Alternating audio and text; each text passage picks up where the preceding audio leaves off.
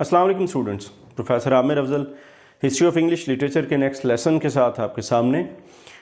History of English literature में हम लोग विक्टोरियन एज डिस्कस कर रहे हैं और विक्टोरियन एज में दो तीन बड़े टॉपिक्स हम ऑलरेडी डिस्कस कर चुके हैं, जिसमें हम अर्ली विक्टोरियंस के नावलिस्ट देख चुके हैं, उसमें हम पोइट्स देख चुके हैं, उसमें हम प्रोज राइटर्स देख चुके हैं।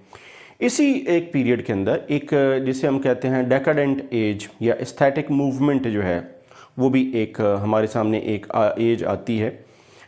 एस्थेटिक मूवमेंट की अपनी चंद एक ट्रेड्स हैं, जो कि है तो ये विक्टोरियन एज का हिस्सा, लेकिन इसके अपने एक चंद एक ट्रेड्स हैं। ये एक बहुत माइनर सी एक आप कह लें कि एक स्ट्रिप कह लें इस एज के अंदर, लेकिन इसको डिस्कस करना ज़रूरी है ताकि हम अपना हिस्ट्री का सीक्वेंस ठीक रख सकें।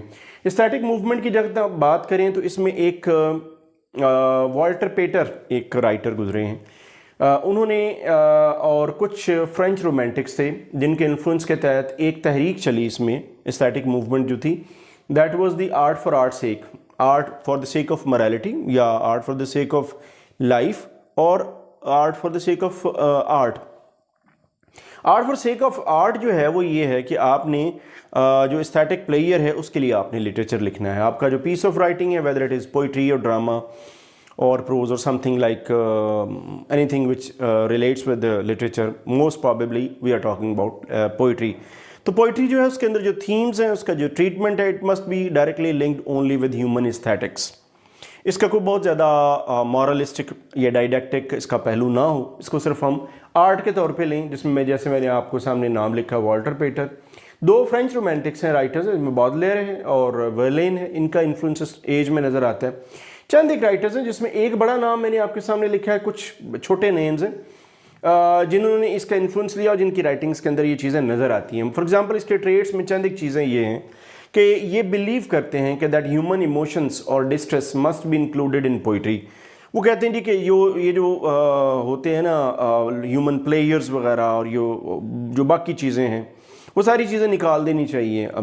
ये कह लें कि आप मॉरलिस्टिक एलिमेंट्स या डाइडेक्टिक एलिमेंट्स निकाल के, तो सिर्फ जो ह्यूमन ज़्यादा से ज़्यादा आप ये कर सकते हैं कि ह्यूमन पेन एंड मिजरी को आप शामिल कर लें पोइट्री में। स्विनबर्न जो थे इसी एज के से ताल्लुक़ था, इसी एज से पहले जिसमें लास्ट टाइम हमने डिस्कस किया था। He had a passion for medieval legends. अब मेडिवल लेजेंड्स में जब आप पोर्ट्रेट करेंगे तो आप एक यूँ कह लें कि एक रोमांस आप क्रिएट करेंगे, लेजेंड्स के बारे में लिखेंगे, इमेजिनेशन की बुनियाद पे आप चंद एक ऐसी चीज़ें लिखेंगे जिनका कोई बहुत बड़ा आप कह लें कि सोशल एलिमेंट या मॉरल एलिमेंट तो नहीं होगा, लेकिन वो एक पोर्ट्रेयल की हद तक बहुत अच्छा पीस ऑफ राइटिंग लिखा जाएगा।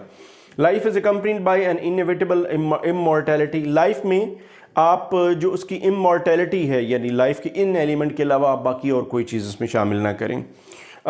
मॉर्टैलिटी, डेथ से रिलेटेड रिलीजियस वैल्यूज़ वगैरह उनको आप इसमें शामिल ना करें। Deep passion for endeavor for life, they always took interest in ornamenting one's life। Life से रिलेटेड है, ज़िंदगी को आप बेहतर बनाइए, ज़िंदगी के कलर्स को इंजॉय कीजिए for the sake of player instead of highlighting some of the other elements like religious और मॉरल एलिमेंट्स। एक छोटी सी, जैसे मैंने बताया, ये चंद एक ट्रेड्स हैं, कुछ ऐसे राइटर्स हैं those who really followed these trends. उसमें सबसे पहले आपके पास ऑस्कर वाइल्ड है, a known dramatist, 1856 to 1900। He was a worshipper of beauty, आप कह लें कि, और ये जो एस्थेटिक एलिमेंट है उसको ज़्यादा मानने वाले under the influence of Walter Pater. इनके तीन बड़ी आपको ऐसे बुक्स नज़र आएंगी, the garden of Eros, new Helen और पैंथिया। ये वो हैं जिनके अंदर इनकी बाकायदा आपको ये एस्थेटिक जो कलर है वो आपको नज़र आएगा। Next name is Ernest Dowson।